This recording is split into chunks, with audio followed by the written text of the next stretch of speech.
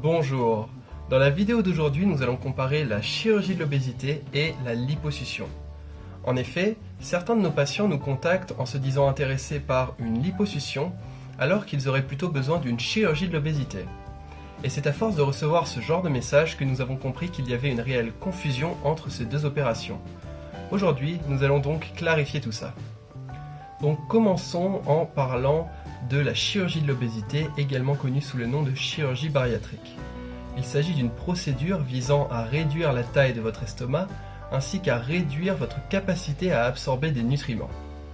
Cette opération est généralement indiquée pour des personnes ayant un IMC supérieur à 35 ou alors des patients ayant un IMC supérieur à 30 mais également ayant des maladies liées à l'obésité comme de l'hypertension ou un diabète de type 2 par exemple.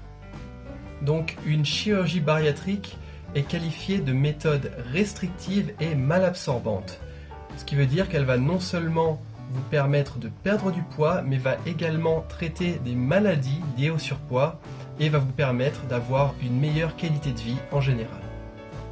Donc, après une chirurgie de l'obésité, il faut vous attendre à adopter de nouvelles habitudes alimentaires et de nouvelles habitudes en général, et il faut vous attendre à rencontrer de nombreux changements dans votre vie.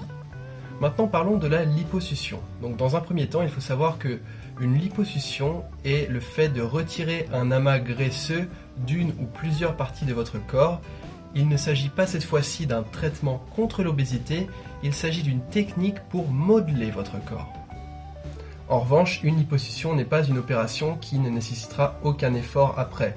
En effet, il faudra s'assurer d'une bonne stimulation de votre circulation sanguine, il faudra consommer de nombreux liquides, il faudra être sûr de garder vos cicatrices propres et sèches, il faudra vous assurer également de porter une ceinture de compression pendant un certain temps, il faudra adopter de nombreuses habitudes de vie plus saines en général et même peut-être pratiquer une activité sportive régulière afin que vos résultats tiennent dans la durée.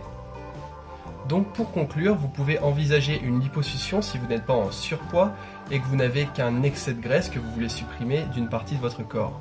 Vous pouvez également envisager une liposuction après une chirurgie de l'obésité pour que votre peau ait l'air plus ferme et plus élastique par exemple.